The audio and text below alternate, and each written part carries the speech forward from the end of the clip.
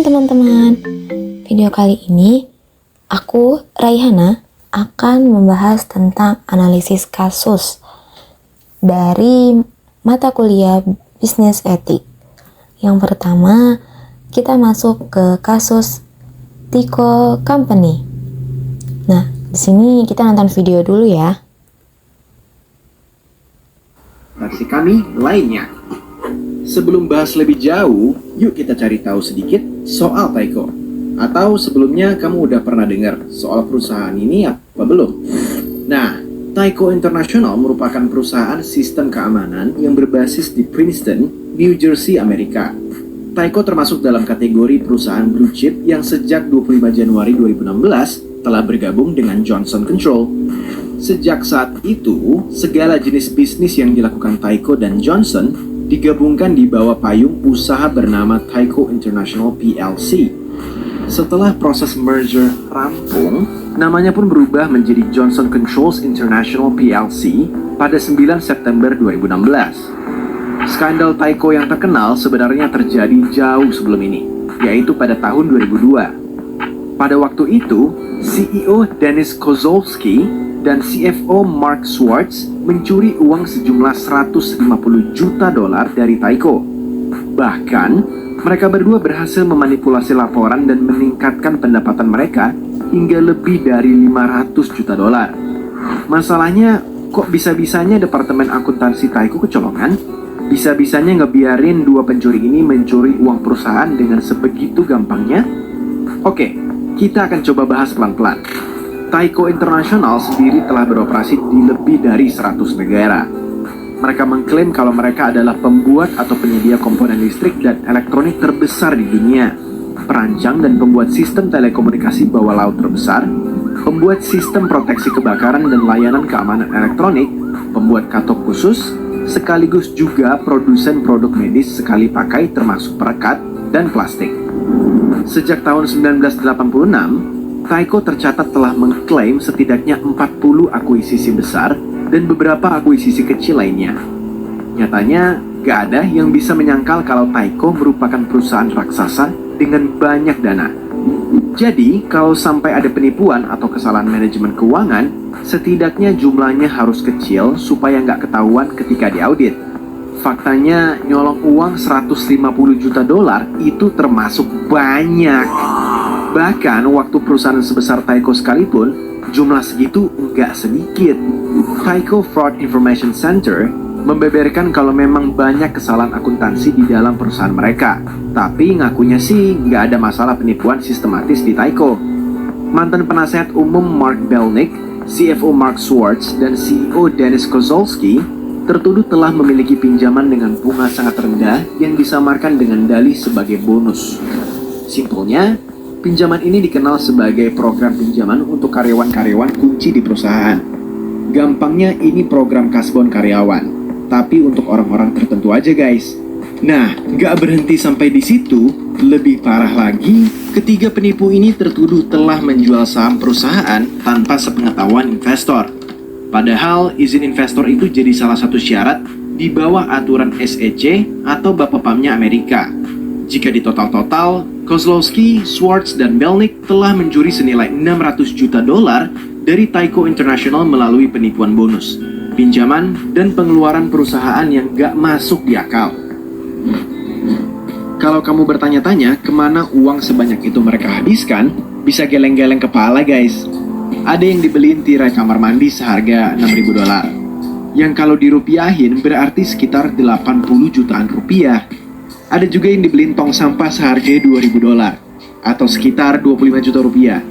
Gak cuman itu, uang ini juga dihabiskan untuk pesta ulang tahun di Itali untuk istri CEO senilai $2 juta atau sekitar 25 miliar rupiah. Amazing ya guys? Dilihat dari penyalahgunaan jenis begini, mau dibilang skandal akuntansi juga rasanya nggak layak. Enggak cukup sampai di situ. Sekitar 40 eksekutif di Tyco mengambil program kasbonan yang ujung-ujungnya malah diputihkan. Pinjaman yang mereka lakukan dianggap sebagai program peringanan pinjaman dari Tyco. Terlebih lagi, 40 eksekutif itu nggak sadar kalau itu merupakan fraud yang merugikan perusahaan. Selain itu, Kozlowski dan kroni-kroninya membayar uang tutup mulut ke oknum-oknum yang dikhawatirkan bisa membocorkan masalah ini. Ironisnya, cara yang mereka lakukan untuk menyembunyikan tindakan ilegal mereka ternyata sangat simpel, yaitu menyembunyikan semuanya dari pembukuan akuntansi perusahaan sehingga pemegang saham dan board members bisa dengan mudah dikelabui. Tentunya kita harus berterima kasih ke SEC. Kalau bukan karena penyelidikan SEC, mana mungkin kita bisa ngebahas kasus ini secara detail hari ini. Plus, bisa dijadiin pelajaran juga di perusahaan kamu nanti. Oke, dari situ kita belajar bahwa perusahaan besar itu juga perlu namanya dalam mengorganisir labanya. Nah, kalau di agama Islam yang merupakan agama rahmatan lil alamin itu ada hadis dari Bukhari Muslim di mana innama bu'itsu liutammima makarimal akhlaq. Aku hanya diutus untuk menyempurnakan kemuliaan akhlak. Islam adalah agama yang sangat mementingkan keadilan dan transparansi. Maka dari itu, etika bisnis dalam mengelola laba perusahaan itu sangat dibutuhkan keadilan dan transparansi. Nah, jangan terbawa kebiasaan orang lain tanpa adanya ilmu pengetahuan. Mungkin yang tadi kita tonton itu cuman 2 orang. Ternyata makin banyak nih yang ikut memanipulasi data laba di perusahaan Taiko. Karena mereka terbawa dengan kebiasaan orang buruk orang itu tanpa adanya ilmu pengetahuan. Di sini ada nih surah Al-Isra. Wala taqfu ma laysa laka bihi ilmun. Innas sam'a wal basar wal fuada kullu ulaika kana anhu mas'ula. Dan janganlah kamu mengikuti apa yang kamu tidak mempunyai pengetahuan tentangnya. Sesungguhnya pendengaran, penglihatan dan hati semuanya itu akan diminta pertanggungjawabannya. Nah, dalam etika bisnis Islam itu memandang bahwa spirit untuk mendasari aktivitas manajemen laba bukanlah berdasarkan atas nilai yang ada dalam Islam. Yang ada itu dalam Islam ya. Terus tinjauan etika Islam terhadap proses pelaksanaan manajemen laba bertentangan dan melanggar nilai-nilai Islam. Terus kita lanjut ke kasus kedua. Nah, kemarin sempat rame nih, kenapa TikTok Shop tutup? Coba kita dengar dulu ya penjelasannya.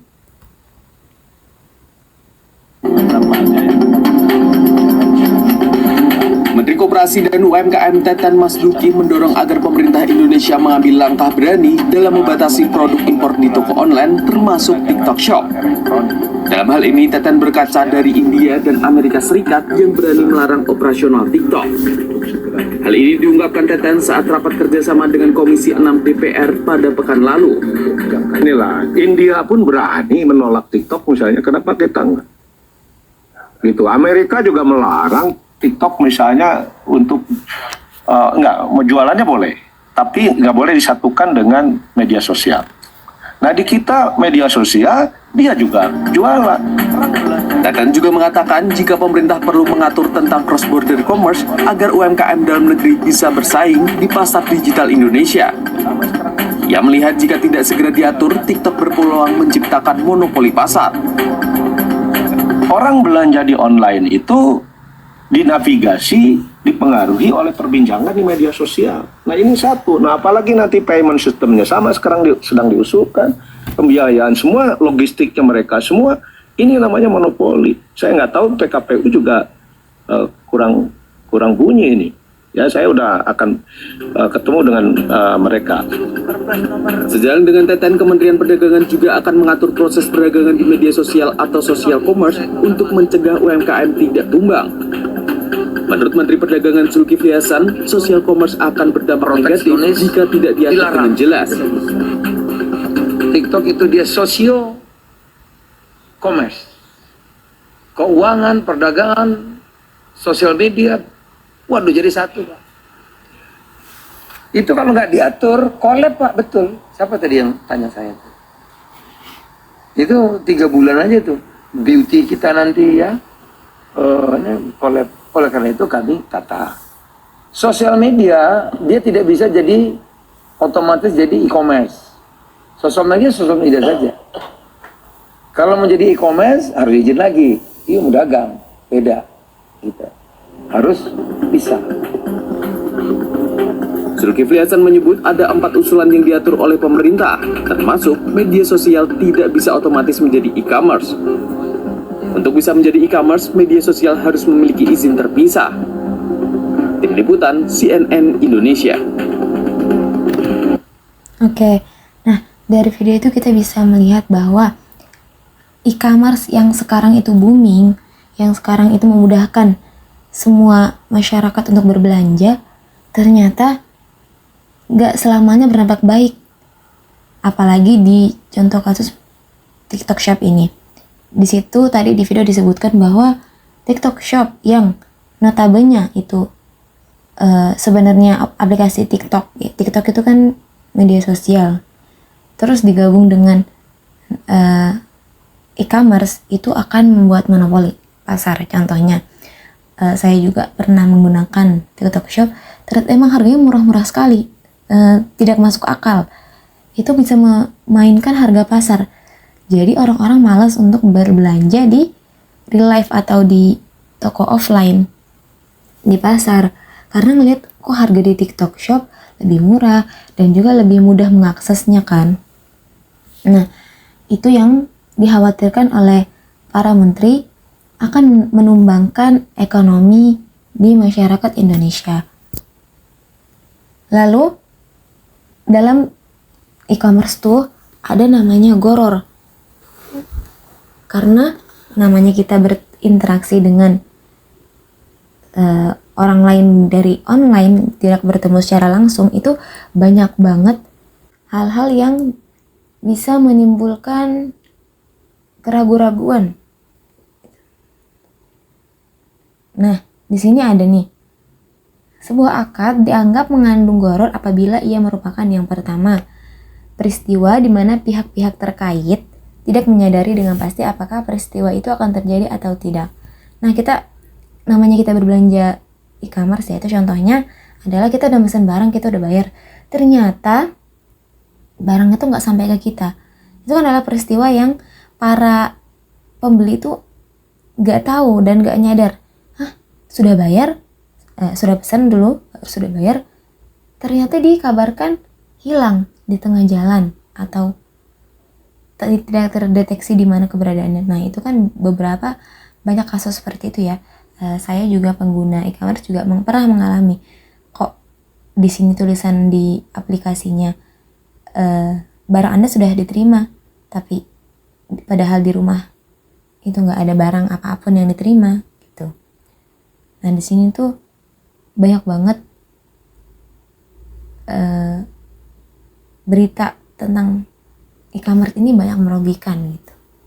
Terus yang kedua, sesuatu yang berada di luar pengetahuan pihak-pihak terkait sehingga tidak diketahui secara pasti. Ini sama aja ya, kayak misalnya udah pesen barang, kita beli baju warna merah terus panjang, ternyata pas dateng itu memang bajunya warna merah tapi ternyata ukurannya atau modelnya atau bahannya tuh nggak sesuai sama yang dideskripsikan. Nah, itu adalah salah satu goror.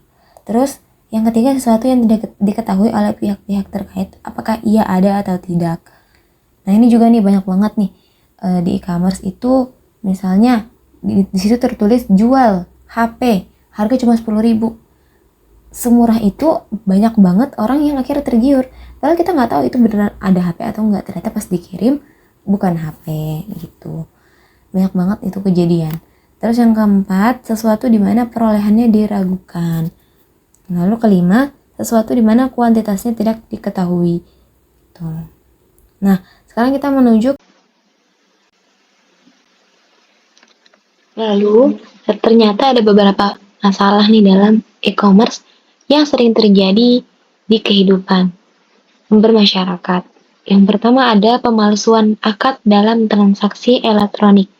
Misalnya pemalsuan tanda tangan digital. Kadang di transaksi yang kita lakukan dalam e-commerce itu adakan kontrak yang merupakan bukti kesepakatan antara pembeli dan penjual. Nah, tapi dalam e-commerce kontrak yang dilakukan secara elektronik dan paperless transaction. Jadi dokumennya itu bukan paper ya, dan ini biasanya banyak terjadi pemalsuan dalam melakukan kontrak secara elektronik, seperti mengambil data orang lain. Jadi, pembeli itu kadang ditipu dengan menggunakan data palsu, terus juga tanda tangan palsu, karena kan dalam dunia elektronik, dunia digital, pemalsuan kayak gitu kan marak banget dan gampang untuk dilakukan. Lalu yang kedua tuh perlindungan konsumen, di mana konsumen yang merupakan pihak yang menentukan kelangsungan hidup perdagangan elektronik. Apabila terjadi kecurangan, maka mesti ada perlindungan secara hukum. Lalu, kalau kita tahu di real life ini kan banyak banget tuh orang tuh udah mengadu atau udah melakukan laporan ke pihak berwenang atas penipuan yang terjadi di dunia maya. Tapi secara hukum itu perlindungan itu ternyata belum terlalu kuat di Indonesia. Lalu tanggung jawab atas suatu transaksi. Nah, ini tuh juga harusnya sebagai umat yang bermasyarakat yang mementingkan kemaslahatan bersama, maka perlu adanya kejelasan tanggung jawab atas suatu transaksi. Makanya dianjurkan untuk melakukan belanja di kamar itu di aplikasi yang telah tercatat di pemerintah, tercatat di hukum. Jadi jika ada kecurangan atau tindak penipuan, agar bisa dibantu oleh pihak yang berwajib. Nah, sekarang kita menuju ke kasus yang ketiga, yaitu tentang ini, PT NTS Buang Limbah Sembarangan. Ini adalah PT yang ada di Bekasi. Kita lihat beritanya. Nah, berdasarkan hasil pengawasan ditemukan bahwa PT NTS 1 melakukan kegiatan pemanfaatan limbah B3 tanpa izin. Jadi yang punya izin hanya pengumpulan, tapi dia juga melakukan kegiatan pemanfaatan yang tidak berizin. Kemudian 2, melakukan penyimpanan limbah B3 di area yang tidak memiliki izin. Dia nyimpan di area yang tidak punya izin. Yang ketiga, melakukan pembuangan limbah atau dumping limbah B3 ke media lingkungan tanpa izin. Jadi untuk kegiatan pidananya administratif di independent crime atau delik formilnya lah gitu ya, itu ada 3 yang dilanggar. Jadi kegiatan pemanfaatan limbah B3 tanpa izin, 1, tidak punya izin penyimpanan limbah B3, dan dia melakukan dumping yang tidak punya izin. Oleh karena itu kemudian pejabat pengawasnya melaporkan melalui Pak Direktur Pengawasan PTSA melaporkan ke kami bahwa ada kemungkinan diduga terjadi tindak pidana. Lanjut, kemudian kami penyidik berdasarkan laporan kejadian, saya perintahkan keluarkan surat penyidikan, surat perintah penyidikan 15 Januari kemarin.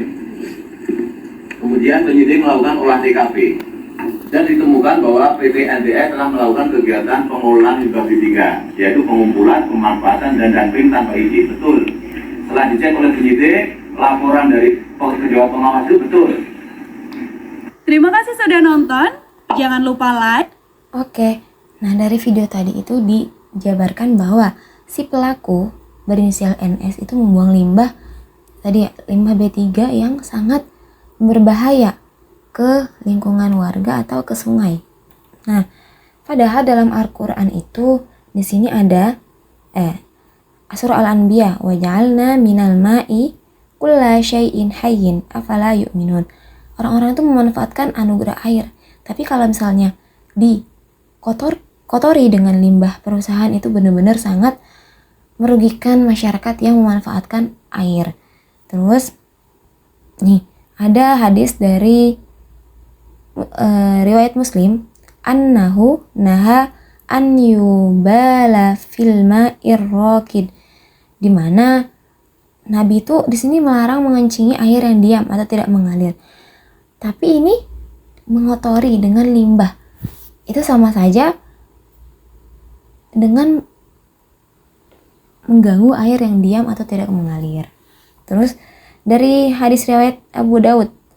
Nih, takutlah kalian terhadap 3 hal yang terlaknat, yaitu buang air besar di sumber air, tengah jalan, dan tempat berteduh. Wah, ini benar-benar kan, buang air aja yang notabene itu kotoran manusia yang bisa larut ya, itu udah dilaknat. Apalagi ini buang limbah ke sumber mata air masyarakat Bekasi atau mengotori. Karena kan bahan kimia itu sangat berbahaya ya untuk kesehatan, terus untuk lingkungan juga. Ikan-ikan bisa mati, terus akan menimbulkan banyak penyakit gitu, sumber penyakit. Lalu tentang menjaga alam itu juga ada dari ini, larangan menebang pohon yang menjadi sumber air atau tempat berlindung. Nih, dimana dijelaskan di hadis bahwa saat telah mendapati seorang budak di antara budak-budak Madinah yang menebangi pohon di Madinah. Kemudian ia mengambil barang-barang mereka dan berkata kepada para wali mereka, "Aku telah mendengar Rasulullah Shallallahu Alaihi Wasallam melarang menebang pohon di Madinah." Dan beliau berkata, "Barang siapa yang menebang sebagian pohon di Madinah, maka sesuatu yang dilucuti darinya adalah milik orang yang menangkapnya." Tuh, benar-benar kalau misalnya kita menebang pohon itu, kita tuh kayak dilucuti darinya tuh pakaian. Kita tuh melucuti pakaian orang-orang yang menangkap. Itu benar-benar sangat terhina. Terus juga ada hadis di bawahnya, Rasulullah bersabda, "Barang siapa menebang pohon bidara, maka Allah akan membenamkan kepalanya dalam api neraka." Nah, Abu Daud pernah bertanya tentang hadis tersebut. Lalu Rasulullah menjawab, sebenarnya secara ringkas, arti dari hadis ini tuh mengatakan bahwa menebang pohon bidara di padang dengan sia-sia, maksudnya nebang gitu terus gak digunakan atau gak ditanam lagi, itu zolim. Padahal itu adalah tempat untuk berteduh para musafir dan hewan ternak. Maka Allah membenamkan kepalanya di neraka. Dan dari hadis ini tuh dilihat bahwa pohon itu tuh gak boleh sembarangan ditebang, apalagi untuk kepentingan pribadi. Pohon itu banyak banget manfaatnya buat memperbaiki udara, sirkulasi udara nih di sebuah kota, di sebuah daerah. Terus juga bisa buat berteduh kalau siang, bagi pejalan kaki itu sangat banyak banget bermanfaatnya.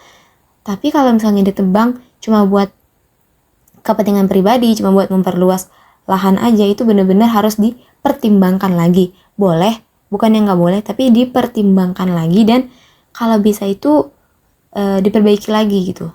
Ditanam, kalau misalnya sudah menggunakan, ditanam lagi agar pohon-pohon itu tumbuh subur, agar kita ini tidak kekurangan pohon hijau. Kenapa sih kita perlu untuk belajar etika bisnis, apalagi untuk umat Islam nih?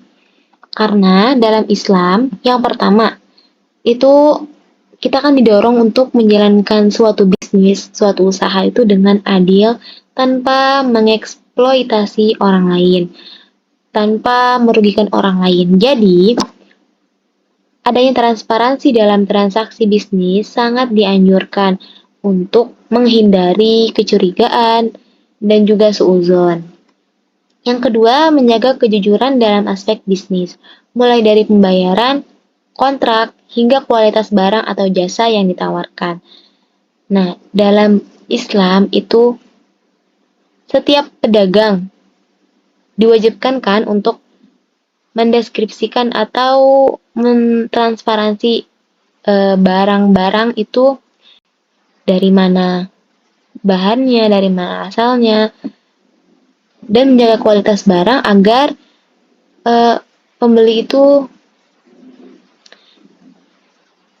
merasa puas dan merasa tertolong sudah membeli barang. Karena selain kita mencari keuntungan kan kita juga berbisnis itu, berjualan itu berniat untuk tolong menolong ya. Maksudnya orang membutuhkan, kita menyediakan gitu. Yang ketiga adalah Islam melarang praktek riba atau bunga dalam transaksi keuangan. Yang kita tahu bahwa dalam dalil itu kan ada dikatakan bahwa Allahul bai'a wa haramar riba. Dalam Al-Quran, dalam kitab umat Islam aja udah dijelaskan bahwa Allah itu mengharamkan riba. Maka umat Islam tuh dianjurkan, diharapkan untuk mencari cara alternatif dalam perencanaan keuangan yang sesuai dengan prinsip ini. Makanya kita itu udah difasilitasi dengan bank syariah itu agar menjauhi diri dari namanya konvensional, dari namanya mendekati riba atau bunga. Makanya setiap seorang muslim itu wajib dulu lah bisa tahu agar bisa tahu bisnis, etika bisnis yang benar, agar tahu mana yang mendekati riba maka harus dijauhi. Terus yang keempat, Islam mendorong agar pengusaha memperhatikan dampak sosial dari bisnisnya. Ini adalah salah satu dari etika bisnis umat Islam, yaitu mementingkan kemaslahatan bersama. Mementingkan kemaslahatan utamanya itu kalau kita bikin bisnis itu memperhatikan sekitar kita. Apakah kita merugikan orang lain, merugikan lingkungan kita, apakah mengganggu. Nah, termasuk kesejahteraan karyawan bagi seorang yang mempunyai perusahaan yang banyak karyawannya. Terus juga kontribusi pada komunitas dan perlindungan lingkungan. Nah, yang terakhir adalah dalam bisnis Islam dilarang untuk terlibat dalam praktik-praktik haram seperti penjualan alkohol, babi, perjudian, atau kegiatan-kegiatan yang bertentangan dengan nilai-nilai agama. Di Islam sangat dianjurkan untuk sangat dilarang untuk melakukan jual beli barang-barang yang telah dilarang oleh agama. Misalnya kita jual, misalnya kenapa dilarang jual alkohol? Karena dalam Al-Quran pun kan alkohol itu, dalam Al-Quran, dalam hadis alkohol kan diterangkan bahwa sebagai salah satu penyebab masalah itu ada, itu karena orang minum alkohol. Yang ceritanya di zaman Rasulullah, itu ada seorang pemuda yang diuji dengan tiga ujian, yaitu ada alkohol, wanita zina, dan satunya lagi ini ya, alat tajam, pedang. Terus diuji, dia harus milih satu dosa yang paling ringan yang bisa dilakukan. Nah, kalau pedang apa sih membunuh nanti? Nanti membunuh zina sama si zina itu itu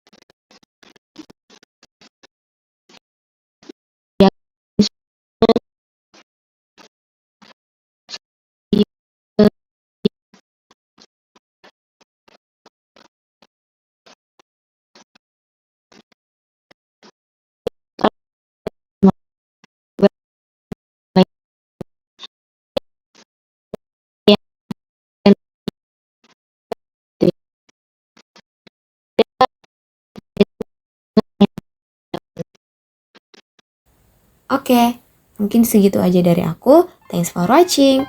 Bye.